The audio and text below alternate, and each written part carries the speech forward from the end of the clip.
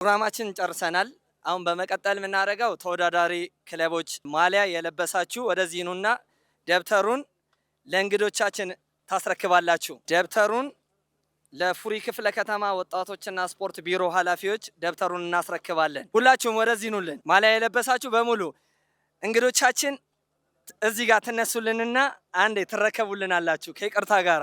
የፉሪ ክፍለ ከተማ ነዋሪዎች ይሄ በቀኝ የሚታዩ ይሄው በግራ የሚታዩ ወጣቶች ካሉ ንብረታቸው አቅመ ደካማ የሆኑ ተማሪዎች የሚማሩበት ደብተር በማጣት ቤታቸው መቀመጥ የለባቸውም በማለት ይሄንን ገዝቶ እስክሪፕቶንም ደብተሩንም እርሳኑም ገዝቶ ለፉሪ ክፍለ ከተማ ባለበት ይሄንን ሲያደርጉ የፉሪ ክፍለ ከተማ የሃይማኖት ተቋም ይሄንን ፕሮግራም ይዞ ነበር።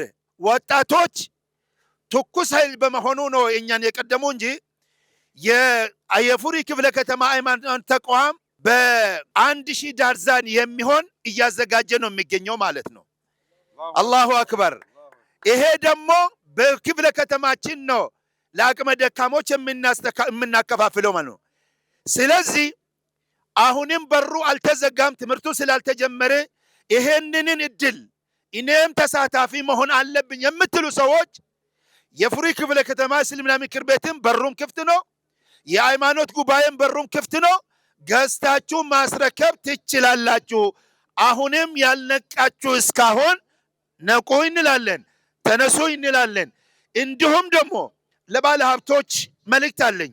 ሌላ መልእክት በዚህ በኩል በስተቀኝ በኩል ያለ ወንድማችን ወንድም ነጋሳ ታደለ የወጣቶችና የስፖርት ኃላፊ የሆነ በክፍለ ከተማችን አንድ እናት ታሪክ ሰርቷል። ወንድማችን አንድ እናት እንደ ክፍለ ከተማችን አንድ ልጅ ነበረች፣ አንድ ወጣት ልጅ ነበረች። አቅመ ደካማ ናት፣ ቤቷ የፈረሰ ናት።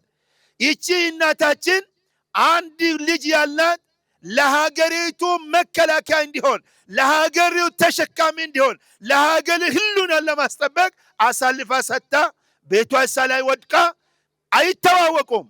በድንገት የመንግስት መስሪያ ቤት ላይ አይቶ ወንድማችን ጥግ ብሎ ታሪኩን ሲሰማ ቤታቸው ወድቆበት የሚያሳስድስላቸው አቶ እጅግ ችግር ውስጥ ወድቆ ያለውን አይቶ ወንድማችን እንደዚህ አይነት ወጣቶችን አሰባስቦ ዛሬ ቤታቸው ተሰርቶ ቤታቸው ቀና አድርጎ ዝናብ እንዳይገባ አድርጎ እናታችንን አንገታቸው ቀና ያደረገ ወንድማችን ነው በመሃላችን ያለው። እሱ በሌለበት አቅም ይሄን ሲሰራ ባለሀብት የት ነው ያላችሁ እናንተ? ወጣቶች ይሄንን ሲሰሩ የት ነው ያላችሁ እናንተ? ስለዚህ አሁንም አላለፈም ጊዜ ቤትን ለመስራት ያላችሁ ሰዎች ለአቅመ ደካማ ቦታውም አለ፣ እውነታው ምቹ ነው ያለው። ደብተሪን ለመግዛት የምትፈልጉ ይሄ ወጣቶች እኛ ያሳየን ነው፣ እኛ ፊት ለፊታችን ሆነን እየመራን ነው እያሉ ስለሆነ አሁንም ወጣቶች ያሉ ቦታ ላይ መጥቶም መቀበልም ይችላሉ፣ ማምጣትም ትችላላችሁ። በርቱልን ለማለት ነው። ሰላም አለይኩም ወራህመቱላሂ ወበረካቱ። አላሁ አክበር። አሁን ደብተራችን ሁላችንም ያዘጋጀነውን ደብተር ለእንግዶቻችን እንሰጣለን። እንግዶቻችን ለስፖርት ቢሮ ኃላፊው ለነጋሳ ያስረክቡልናል።